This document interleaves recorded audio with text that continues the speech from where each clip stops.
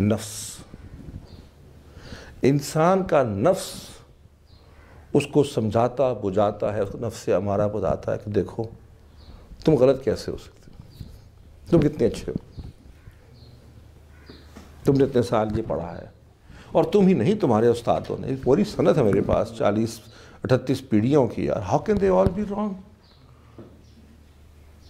انسان کا نفس، اس میں صرف یہ نہیں ہے کہ کسی کو کوئی کمرشل بینیفٹ ہو سکتا ہے، کوئی کمرشل فائدے کے لیے، وہ بھی ہو سکتا ہے، لیکن انسان کا نفس بڑی عجیب چیز ہے. کیا کیا مظاہر ہوتے ہیں ان اختلافات کے؟ سب سے پہلے یاد رکھیں کہ ہم بہت کم لوگ ہیں پاکستان میں جنہوں نے بدستور اور ایک اوپن مائنڈ کے ساتھ دین کا مطالعہ کیا ہے. کتنے لوگ ہیں؟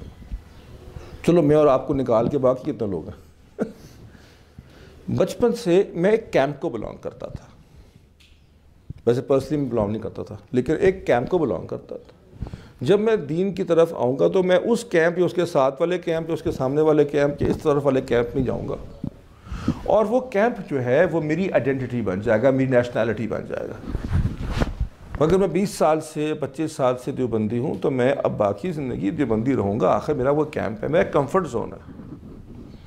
اگر مجھے ایک دم سے پتہ چل جائے کہ فلاں چیز اس میں درست نہیں ہے یا فلاں چیز افضل ہے کسی اور کے پاس، تو وہ میرا کیمپ ڈیمیج ہوتا ہے نا. لوگ سمجھتے ہیں کہ یہ مالی فائدے کے لیے لوگ کرتے ہیں، مالی فائدے کے لیے بھی کوئی کرتا ہو شاید، لیکن بنیادی طور پر نفس ہوتا ہے انسان کا، اس کو اس بات پہ آمادہ ہونے نہیں دے گا کہ میں اتنے سال غلط کرتا آ رہا ہوں. نہ ریفر ٹو دا قریش کا اعتراض کہ ہم وہ کرنا چھوڑ دیں گے، بہت زیادہ کرتے آئے، ساڑھے بہت زیادہ پاگل سن. اصل میں وہ نفس بول رہا ہے نا کہ جی ہم کیسے مان لیں کہ اتنے سالوں سے ہم جو کرے تھے غلط تھا، کہ اس کا کوئی پورشن بھی غلط تھا. نہیں انفیریئر تھا. نو سوری میں ٹھیک ہوں. یہ میں جو ہے، اور جب جتنے بڑے آدمی میں جتنا انفلوئنشل آدمی ہوگا وہ اتنے زیادہ لوگوں کو اس سے انفلوئنس کرے گا.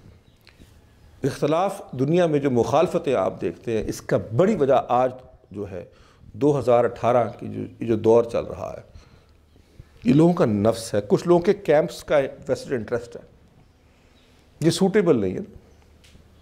انگریز کے آنے سے پہلے کبھی بھی اس درجے کا اختلاف شیعہ اور سنی میں ہوا ہی نہیں تھا. کبھی سنا نہیں، کتابوں پر پڑھے، کبھی میں تو کبھی نہیں پڑھا.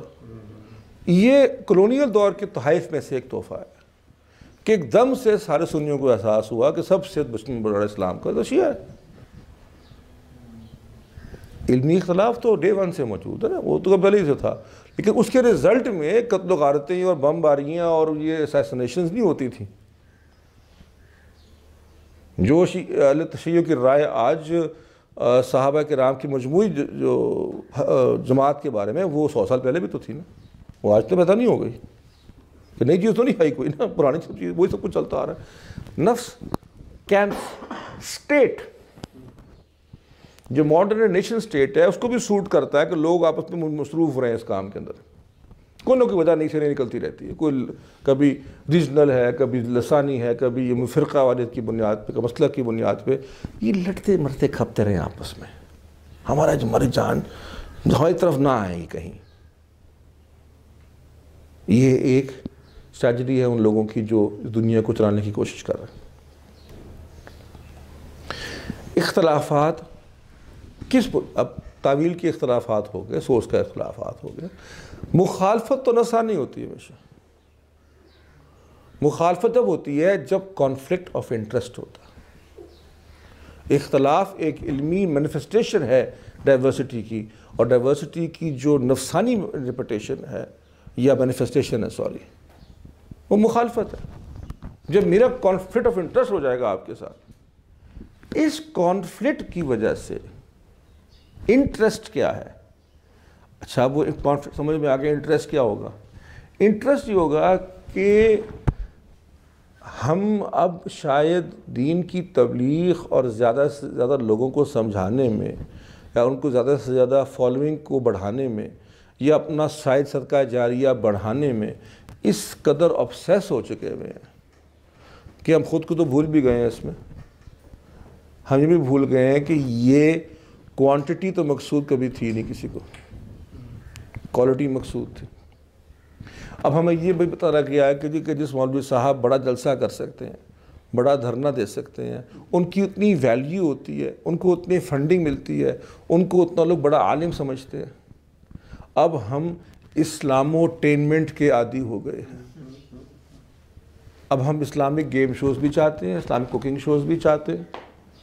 ہر چیز میں ہمیں اسلامک شہد کی دکان سے بھی جا کر خریدنا ہے. اب اسلامک ایگجیکٹو بن گیا ہے. اب آپ کا مسلک, آپ کا کیمپ, آپ کی نیشنلٹی ہے.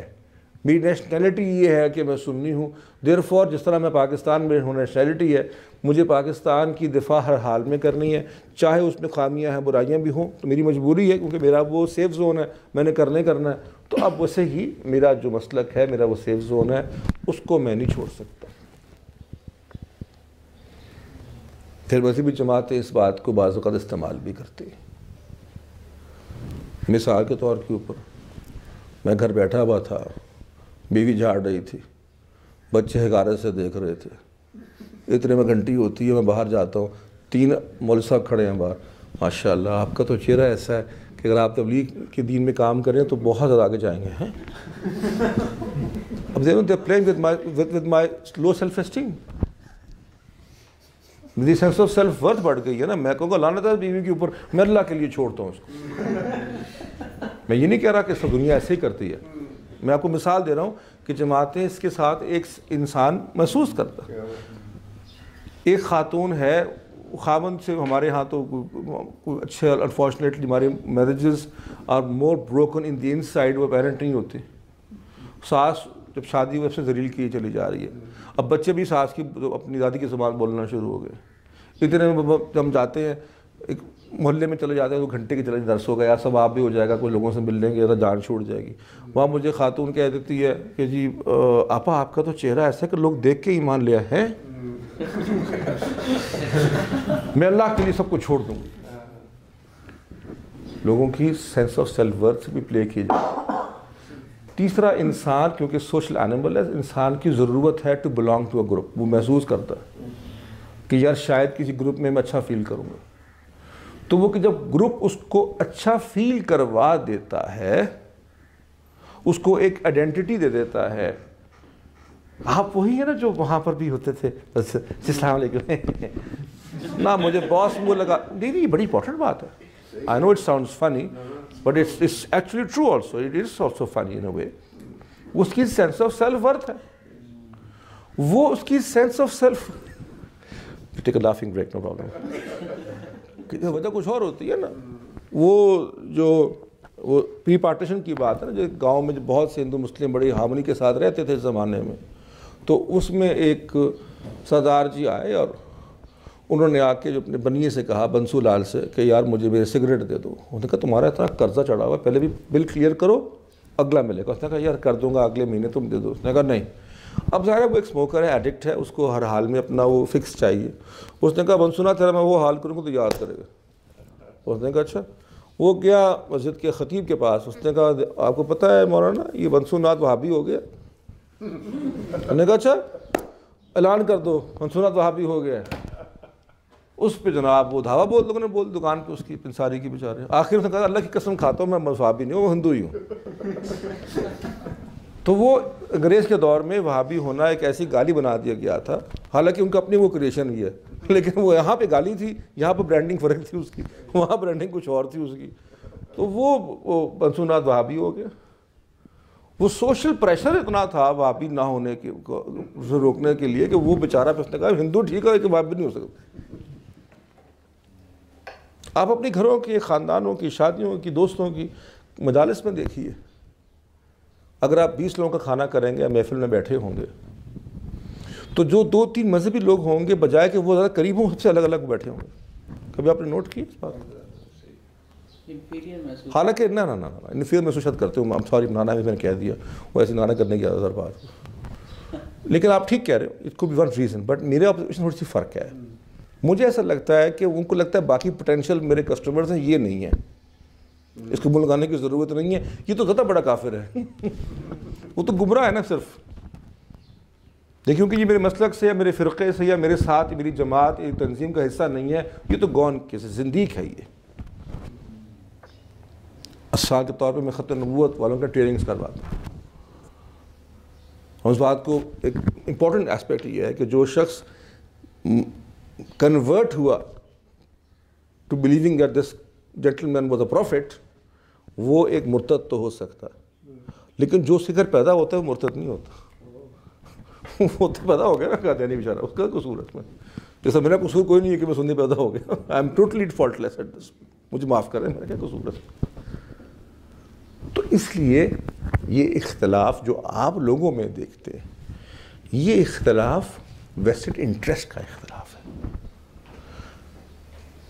اصولوں پہ, پیراڈائمز کے اوپر, سورسز پہ, ماخذ کے اوپر, تعویلات کے فرق تو ڈے ون سے. میں نے آپ کو صحابہ کا واقعہ سنا دیا. آپ یہ کہہ سکتے ہیں کہ 24,000 صحابی جو تھے وہ سیدنا ابوبکر کی خلافت کے اوپر راضی تھے؟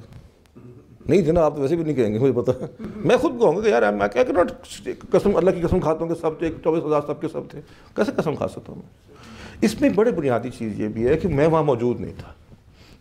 یہ کافی لوگ بھول جاتے ہیں کہ کتاب پڑھنا اور وہاں موجود ہونے میں فرق ہوتا ہے. اب ایک کیمپ ہے, مجھے بچپن سے سیدنا عمر بن خطاب کے قصے سنائے جاتے ہیں, اور میں جب میرا بیٹا ہوتا تو آئی نیم ہم عمر فاروق. ایک شخص کو بتایا جاتا ہے بچپن سے کہ سیدنا عمر بن خطاب کے بارے میں کہ انہوں نے سیدہ فاطمہ کو دھکا دیا, بیچارے میں مسکیریج ہو گیا, اس سے ایونچولی وہ فوت ہو گئی.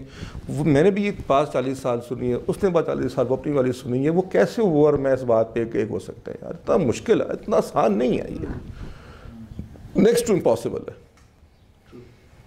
میں شاید بہت ہی بڑا ہو جاؤں تو شاید اس کو as a human being appreciate تو کر لوں کہ یہ اچھا انسان ہے, حالانکہ یہ مسلمان نہیں ہے. لیکن میں کیسے مان لوں یار؟ تو ہماری کیونکہ دینی تعلیم کا بڑا تعلق ہماری نیشنلٹی کی طرح کی چیز بن گئی ہے, ہم اس کیمپ کا حصہ ہیں, تو چنانچہ ہم دوسرے کو اب اپنا ہمت ہے کتنا لڑ لیں ہم کسی کے ساتھ, اپنی طبیعت میں شامل. مولانا احمد علی لاہوری رحمۃ اللہ کا واقعہ میں بہت دفعہ سنا چکا ہوں, پھر سنا دیتا ہوں. اس کے بعد بہت ریلیونٹ ہے اس چیز کے ساتھ کہ اب ان کے لڑکے دور حدیث کر کے جا رہے تھے, تو میں نے کہا کہ شیخ کوئی نصیحت کر دیں. اور میں سمجھتا ہوں کہ دینی اعتبار سے ہی نہیں بلکہ ہر اعتبار سے اس نصیحت سے اچھی نصیحت شاید ہی کوئی ہوگی, اور اس دنیا کی ضرورت جو ہے آج وہ یہ نصیحت ہے. اور بھی ایسے الفاظ کسی اور نے بھی کہے ہوں اور قریب ہوں, لیکن میں اب جو جانتا ہوں اس کی بات صرف کر سکتا ہوں.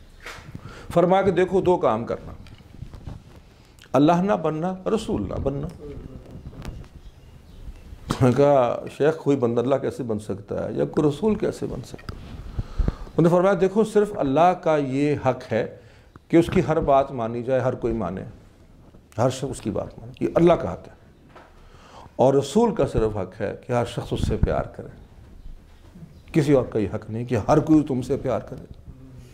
اور یہ بڑی زبردست اس لیے جامع بات ہے کیونکہ ہم سمجھتے یہی ہیں کسی کو دعوت عمری کرتے وقت کہ تم اللہ رسول کی بات نہیں مانتے.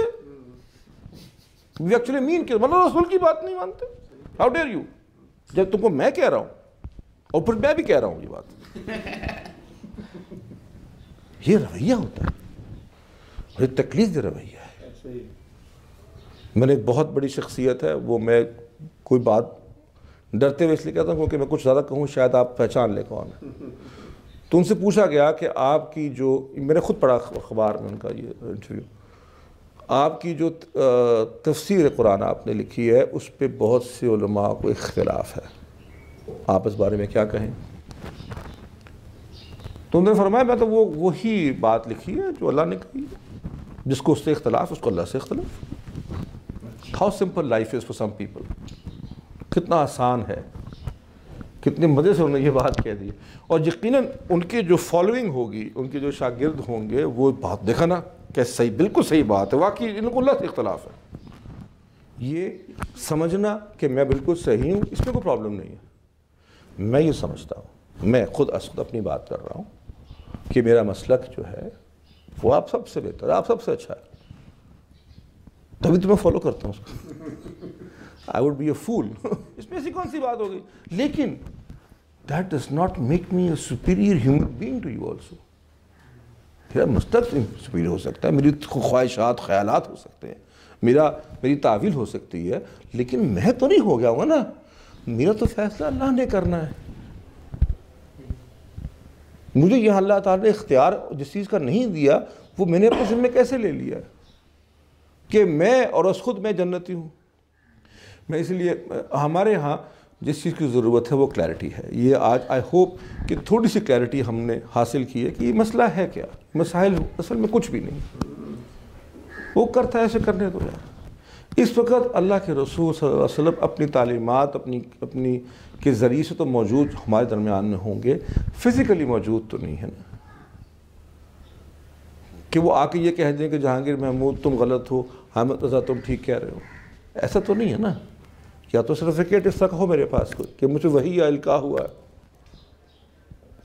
خوابوں کے بنیاد پہ اور بزرگوں کی تعریفی کلمات اور کرامات کی بنیاد پہ تو میں حق پہ نہیں ہو سکتا نا. ہم نے اسی لیے اسٹینڈرڈز عجیب بنائے ہوئے کہ جی فلانی جماعت یا فلانا جو تنظیم ہے اس کے جتنے لاکھ لوگ ماننے والے ہیں، وہ بھی وہ فوٹو کاپیاں ہیں صاحب کی نا، وہ خود تو کچھ نہیں ہے نا. اگر نمبر آف پرسنز جو ان کا بیان سننے آتے، اگر یہ نمبر آف پرسنز ہی حق کی علامت ہے تو پھر بڑی تو میڈونا ہو گئی.